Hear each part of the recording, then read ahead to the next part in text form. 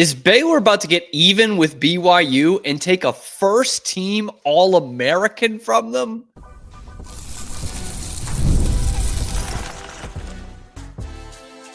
You are Locked On Baylor, your daily podcast on the Baylor Bears. Part of the Locked On Podcast Network, your team every day. Hello there, Bears fans. Welcome to another episode of Locked On Baylor, brought to you by Gametime. I'm your host, Cam Stuart of ESPN Central Texas and The Cam Show on YouTube, Rogue Media Sports Network. Appreciate you guys making this your first listen today and every day. Today, we are looking at the transfer portal for football. It's now open. We're ready to go, and Baylor has sent out some offers, including to one of the best players in the country. He also just happens to be a former BYU Cougar. The Bears about to get even for the Rob Wright stuff. Plus, speaking of basketball, son of an NBA legend has committed to the Bears over the weekend. And again, this roster is starting to take shape, as dire as it may seem. Plus, our old friend, Matt Rule, taking a shot at the Big 12. Boy, where does this guy get off? All that and more coming up on this episode of Locked On Baylor. It's becoming a daily thing now. I've had people in the comments suggesting that we just change the name to Locked On Cougars. I can't do it. Jake Hatch already has it, and I love his show, but we are getting more and more used to this. I thought I was done with the BYU stuff. We had the Rob Wright saga, and if you guys can believe it, I actually was over it over the weekend. I didn't think about Rob Wright over the weekend. I didn't think about Baylor basketball or BYU basketball. But then, it's screaming to me like the Green Goblin mask. There's more Baylor BYU news, because really the biggest news out of last week for BYU was not Rob Wright coming in. It was a couple of big-time football players going out the door. Keelan Marion is the one who was the first-team All-American as a kick returner last year, also a receiver for the Cougars who enters the portal. And lo and behold, Easter Sunday, Baylor sends out an offer. They have offered Keelan Marion to come over, jump ship, stay in the Big 12, and come play for Jake Spavital and Dave Aranda and the Baylor Bears. So, look, the news is there. I got to do it. I got to cover the news. And this would obviously be a huge pickup for Baylor. Now, it's worth noting right away, Keelan Marion has offers from pretty much every Big 12 school and most of the major college football programs in the country. Just before recording this, saw that Tennessee has offered him as well. So, some big time programs across not only the league, but the nation. Arizona State, Baylor, West Virginia, they've all already offered him out of the Big 12. So Keelan Marion is going to have his choice of where to go. And this guy is an electric player. I mean, not one of the 4-3 guys that we're necessarily used to at Baylor, but a tremendous Swiss Army knife of a player that you can use as a receiver and, kind of inside and outside. You can use him also in a lot of misdirection run plays, which BYU did a lot of. He didn't have the biggest game of his career against Baylor this past year. It was just one catch for 12 yards. But the big place where Keelan Marion is most effective is obviously in the special teams game. He was somehow a second-team All-Big 12 kick returner, but a first-team All-American kick returner. And so anytime you're losing a first-team All-American, that's a huge deal for your football team. And obviously on the other side of that, anytime you can pick up a first-team All-American, it's huge news. Now, Baylor is making it clear already they're looking at receiver in this portal window. We'll talk about another one in a minute, but that is a position they are going to attack in the transfer portal. And Keelan Marion right now is one of, if not the best, wide receivers out there in the portal. But I'll say this. He's a good player. What I'm about to say is not twisting that fact. He's a very good player, and I would take him on my team any day of the week. He doesn't exactly give you an element that you don't have in your offense necessarily. It would be nice to have one of those receivers you can use in a jet sweep game the way you did with Monterey Baldwin. I don't think it's the end of the world if you don't have one of those in this offense. And you look at the things that Keelan does really well, and you've kind of already got a guy for that. I don't like being one of those guys who, when you lose a big player, like, oh, well, whatever, we'll be fine. We got this guy. If you don't pick him up, you're okay. You have Josh Cameron. Keelan Marion was a second-team All-Big 12 kick returner because the first-team All-Big 12 kick returner plays for you right now and is on your roster and will be playing for you next year in 2025. So you already have Josh Cameron. And again, Marion's a good receiver, but he caught 24 balls this year. Okay, Josh Cameron more than doubled that. So you look at it and you look at some sort of, positional redundancy. Are you going to pay top quality NIL money for a guy like Keelan Marion, who is going to give you all the same things Josh Cameron does, but a few more jet sweeps per year? I don't think so. And this guy's going to get paid. All right. You're not leaving BYU and the good thing they've got going there in football unless you're going to get paid. Okay. Like he's playing. It's not one of those situations. He's leaving BYU to get a better payday and maybe some more looks on the offensive side. That's how it is. And Baylor's probably not going to give him that top dollar money because they have Keelan Marion. They already have him. They got a Keelan Marion, but a better receiver. So as nice as it would be to have two of those, you've already got Josh Cameron. So that's why I think it's a little more likely that you see a more of a push for Treyshun Hurry from San Jose State, the other receiver that they offered in the portal over the weekend. This guy is a bit of a burner. As a sophomore, he's played 3 years, but is listed as a sophomore. Started at Weber State this past year, at San Jose State. I know that's not like getting Kobe Prentice from Alabama or anything like that, but you want to talk about a guy who can play the jet sweep game. That was a big thing that he's done all 3 of his years in college football. So through 2 different offenses, he has been very much a Swiss Army knife like that. He's caught as many or more. He's had more catches, I should say, per season than Keelan Marion each of the last 2 years. But neither one he got to 30 receptions. So we're not talking about a high volume guy. But if you're looking at what Baylor needs in the wide receiver room, they need depth. They don't necessarily need like this number one guy go out there and be our third down. Like we've got that guy. Josh Cameron's that guy. And if you don't have Josh Cameron, Michael Trigg is that guy at tight end. So what you need is depth in the receiver room and guys who can make plays. Treyshun Hurry is someone who can do that. He's not going to cost you $1 million. I'm sure Keelan Marion is looking for, somewhere around that neighborhood, maybe just south of $1 million. From what we hear, the kind of figures get thrown around for big time receivers. So he's not the automatic playmaker that Keelan is in the kick game, but you already have Josh Cameron. So I see a world where you've got a couple more years of Treyshun Hurry, and he can fit in and slot into this thing from a mid-major level the same way Ashton Hawkins did last year. Ashton Hawkins came in and day one, he was a big part of your offense. Like he fit right into the Spavital thing. And it goes even further with my point that Ashton Hawkins is coming back as well. So you're not looking to spend premium dollars for a guy who's going to come in and try to be the number one receiver and only has 1 year of football left. That's why I think it's much more likely you'll see Treyshun Hurry, who is not the big name. He's not the first team All-American that you're adding to your roster, but is probably a guy who's a pretty good fit for this thing.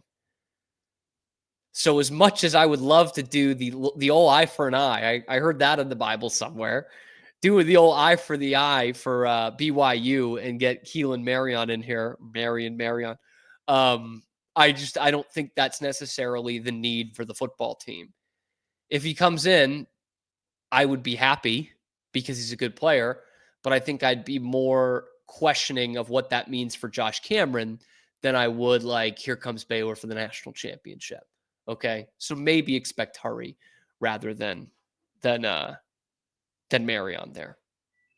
Maybe that's just my opinion. Let me know what you guys think down in the comments section below. Be sure to like the video, subscribe to the channel if you're watching on YouTube. Of course, you can also find us wherever you get your podcasts as well. I am going to do my damnedest to not talk about BYU the rest of the podcast. Let's start at first by talking about what Baylor has done in the hoops transfer portal and also the very recognizable name that they brought in through high school recruiting over the weekend. That's next on Locked On Baylor. But first, today's episode of Locked On Baylor is brought to you by our friends over at Supply House. Get the supplies you need from the site made for the skilled trades. It's Supply House. Whether you're into plumbing, HVAC, or electrical work, Supply House is the reliable way to order products online. They got this easy-to-use website packed with helpful resources and the latest product info to help you get your job done right. Plus, they got a complete inventory of over 200,000 parts from 400-plus top brands. So you're going to find exactly what you need delivered fast from coast to coast. If you need help with an order, Supply House offers expert support and industry-leading service, so you'll always talk to a real person. And for you trade pros who are looking for the extra edge, their free Trade Masters program offers exclusive perks like a dedicated phone line, free shipping, and discounts on every order. Thousands of skilled professionals are already taking advantage. Now it's your turn.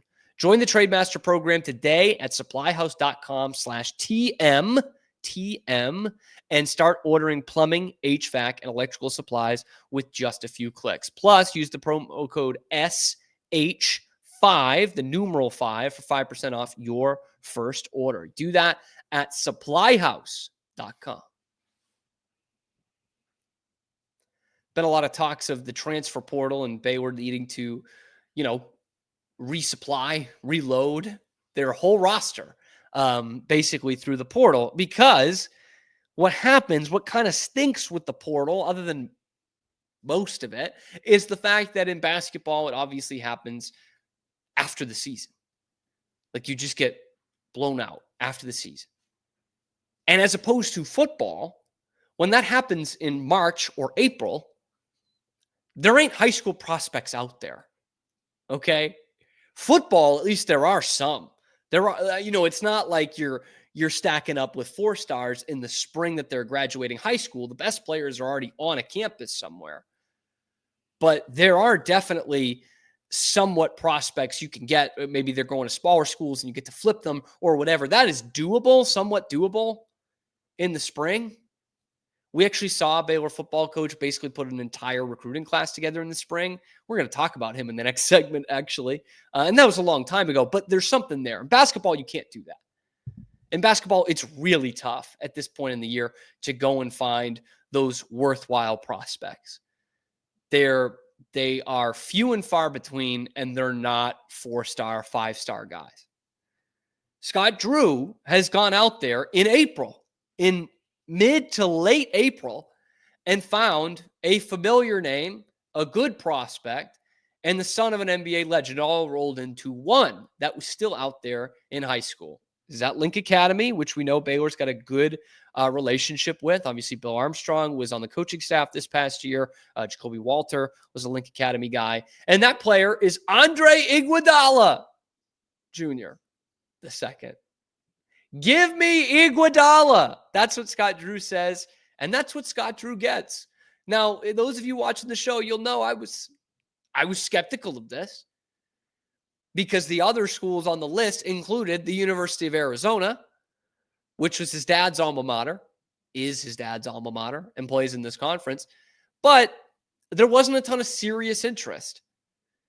His scholarship offer was from Northern Arizona. It sounds like Arizona, the U of A that we know, was going to make him be a preferred walk-on, which we see a lot with kind of, sons of legends that played there. Remember, Drew Bledsoe's son was a preferred walk-on at Washington State. We see that a lot. And I think if you're a good basketball player and a mature kid, which I'm sure Andre Iguodala II is, he's probably seeing that and thinking, it would be great to follow my dad's footsteps and everything, but they're not taking me seriously. They're not. And then Baylor comes in with a good pedigree, depending on what some fans in the Big 12 might think. Pretty good basketball pedigree here the last 5 years especially, but the last 15 or so under Scott Drew. And I'm sure Iggy II is saying, they're coming to me because they don't have a roster right now, but I'm going to prove all of them wrong. Like, I'm going to prove all the other coaches wrong. I'm going to prove Baylor right. You guys are the lucky winners of this. That I'm going to come here and show you people, because he's not a scrub. Like, he's not a bum, right? He's not VJ Edgecombe coming in here. He's not Tunde Yesufu, but He is a 3-star guy. In fact, one of the outlets has him as a 4-star. Top 10 in Missouri, which has a couple of those academy basketball programs. Okay. So just outside a top 50 recruit at his position. He's 6'7", 185, so lanky as heck. He's still growing into it a little bit. But I see plenty of upside. And here's a guy where, I know there's some Baylor fans out there poo-pooing, oh, yeah, he had no offers in April. He's a 3-star, barely, this, that, and the other. But right now, Scott Drew is hitting the blend that we want. Right? He's doing most of the damage in the portal. And so far, a lot of them are 1-year guys, but 1 or 2 have a couple of years of eligibility, a year after this year. And he went out, he's got a 5-star in Tunde Yesufu, but he's also brought in a 3-star who is going to be here for a couple of years, or at least in college basketball for a couple of years, has a great pedigree in terms of the bloodline, and can develop into a top-end player. That's what we've wanted. And with the one and dones, both through the portal and the 5-star freshman, we haven't been able to get that. And Scott Drew's not done. He said it in the Easter video yesterday. By the way, happy Easter to everybody. Happy Easter weekend. That he's not done, that he's out there, that this roster is far from over. And he's right. You've got, 8 players with, I think, a walk-on in there. So maybe that makes a 9th. I think that means 9 players. So you've got enough to play a game right now, but you couldn't practice 5-on-5. So there's still work to be done. And they're going to be young guys with term. And here's one that you bring in, who's definitely got some promise and has years at your disposal. You never know who the next Jason Asamoah is going to be. He's going to leave after 1 year. But this is the kind of guy that I think a lot of Baylor fans aren't cheering for now, aren't, hanging from the rafters being like, yeah, this is the move. But in a year or two, this is going to be the type of move that they love. And they are going to realize, and I have realized, is the kind of prospect that we're looking for to get some continuity on this roster. By the way, Jason Asamoah did commit over the weekend.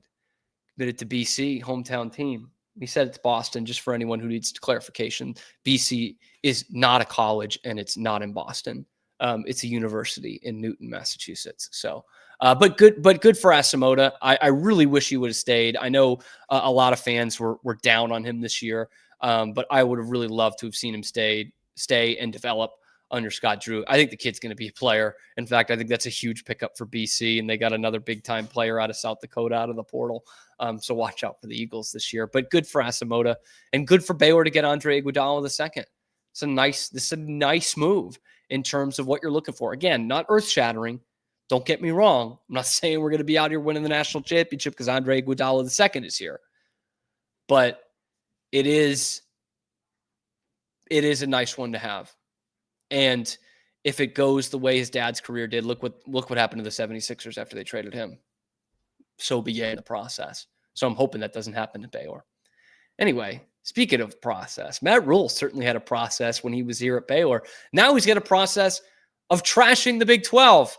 Hear what the former Baylor coach said coming up next on Locked On Baylor. But first, again, today's episode of Locked On Baylor is brought to you by our friends over at Gametime. I had a lovely weekend out at Wrigley Field once again on Saturday. Had some great seats down the third baseline, 2 tickets, $60 all in total. And that's because of Gametime. Guys, there's nothing like the atmosphere of actually being at the game. It's electric in the ballpark, in the arena, in the stadium. And with Gametime, you can be part of it without the stress of last-minute ticket hunting. Gametime makes it fast and easy to get playoff tickets for the NBA, even when demand is sky high. Prices on the app actually go down as tip-off gets closer, and their last-minute deals can save you up to 60%. I bought those tickets for the Cubs game, a 1:20 p.m. game at 8 o'clock in the morning that day. Here's why I use Gametime, because you can save up to 60% buying last-minute tickets for sports and theater and comedy, basically anything that needs a ticket. And the all-in pricing means there's no surprise fees at checkouts. That is my absolute favorite part. So take the guesswork out of buying tickets with Gametime. Download the Gametime app, create an account, use the code LOCKEDONCollege for $20 off your first purchase. Terms do apply. Again, create an account, redeem the code LOCKEDONCOLLEGE for $20 off. Download Gametime today. Last minute tickets, lowest prices, and that, of course, is guaranteed. Our old friend Matt Rule, having himself a time out there in Lincoln, Nebraska, trying to turn around this once proud football program. And I got to give it to him. I think he's doing a good job so far. And I think a lot of Big Red fans would say the same thing. And if there's one thing Matt Rule can do, it's turn things around. Okay? I don't know if he can put the toothpaste back in the tube with some things that he's said, but he can turn a program around. And so I think there are some Baylor fans that miss Matt Rule, that would have liked to have had Matt Rule stay longer. There are some people that can't stand Matt Rule in Baylor Nation, but I think the ones that kind of don't hate him are rooting for him to succeed at Nebraska, certainly a program that we don't have to worry about anymore in the Big 12. And it's almost funny to think that they were in the Big 12 for so long after what their head coach, Matt Rule, had to say this weekend. So Matt Rule meets with the media quite a bit. I know that feels weird. Dave Aranda never does unless there's some sort of dangerous apparatus to his head. He won't meet with the media. Matt Rule does it pretty often, and here's what he had to say. There are a lot of kids who I would love to recruit that have committed to a Big 12 school or somewhere else like that, and they come to camp. Rule said, quote, if you want to play in the Big 12 over the Big 10, I got it, but make no mistake, there's a big difference. Goes on to say, the Big 12 is going to go nuts now. I know that. I'm going to be on X and all that stuff, but it's the reality. The Big 10 and the SEC, especially moving forward, are going to be here higher than everyone else. Which I just find funny because, you guys know how I feel about this. Like, are the Big 10 and the SEC better football conferences? Yeah. I mean, more depending on how you slice it. The Big 10, if you take away two teams, is arguably worse than the Big 12. And yet the Big 10, the rest of those teams, the Illinois and the Michigan States and the Nebraskas of the world, are just over here pounding their chest that Michigan, Ohio State are saving their asses every year.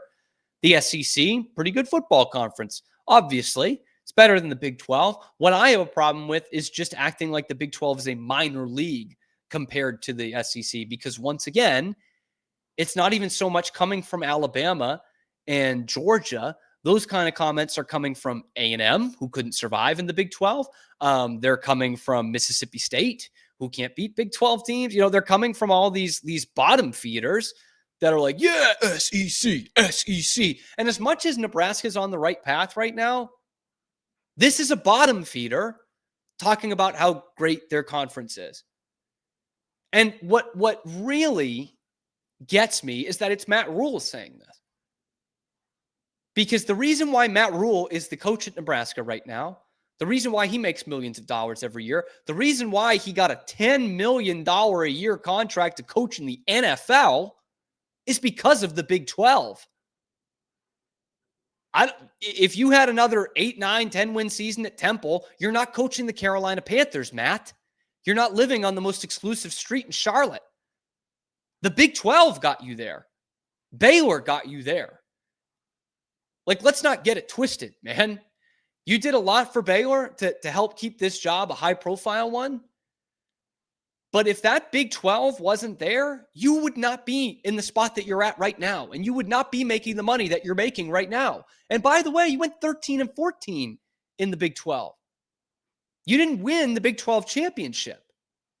So if it's so bad, Matt, why couldn't you win it? That's what I want to know. This is a pretty damn good team in 2019. You never beat a single ranked team in your whole tenure at Baylor. That must mean the Big 12 is really, really good if you can't even beat the non-ranked teams in this conference. High and mighty now, aren't we? You got this because of the Big 12. You were there because of having a job in the Big 12 and getting a team to the Big 12 championship game. So that does kind of sting. It kind of rubs us the wrong way. I'm not going to lose sleep tonight, but seriously, man, you're going to take shots at us now? Like, you were coaching at Temple, man. Like, what are we doing? You're coaching in the American before the Big 12 came calling. And because you're at Nebraska now, noted Big 12, former Big 12 member, and one that has not come close to a conference championship game in the Big 10. And yet now it's because the Big 10 is just so much better. Is Illinois better than Kansas State? Really? Like, is Michigan State better than Iowa State? Really, Matt? And he's going to prove it in game one, because here's Matt Rhule putting his balls out on the table. He's ready to show how much of a scrubs they are in the Big 12. We'll take on Cincinnati. Oh, that's going to show him. That's really going to show him, Matt. Again, doesn't have the balls to schedule, a Baylor or a Kansas State or even a Texas Tech, let alone an Arizona State who was in the playoff last year. Nope, you'll just keep on taking shots and beat up on the little sisters of the poor in our conference and just be like, Big 10. God, I hope Cincinnati beats the piss out of them. I really hope they do. But come on, guys. And I like to think Nebraska fans, while sometimes delusional, are pretty damn good college football fans. And a lot of them would take an invite back to the Big 12 because they might have a shot at it. At least that's what their coach thinks. Right? Because they're not going anywhere in the Big 10. And so, yeah, kids, you can come win a Big 12 and play the college football playoff here, or you can play in front of 100,000 people and hope to go 6-6 for the second time in a decade. But at least you'll have the Big 10 patch on your jersey. That's Matt Rhule's line of thinking. Anyway, let me know what you guys think down in the comments below. How do you take Matt Rhule's statement here, comments here? And what do you think he owes his career to the Big 12? Because I think he kind of owes his career to the Big 12. There's no NFL for him without the Big 12. And it's stuff like this that kind of rubs us the wrong way once again as Baylor fans. So be sure to like the video, subscribe to the channel, get involved in the comment section below. Tell me how great or how awful the Big 12 is compared to mighty Nebraska in the Big 10. Let me know in the comment section. Ring that notification bell to get notified every time we are going live. I appreciate you guys for making this your first listen today and every day. We are once again on the march towards 4,000 subscribers, and we are getting closer every single day because of you guys, this great community that has made this show the #1 source for Baylor sports news, not coming directly from the university. And we're damn proud of that. So be sure to like, subscribe, follow us wherever you get your podcasts as well. And we will see you tomorrow, hopefully not talking about BYU, on Locked On Baylor.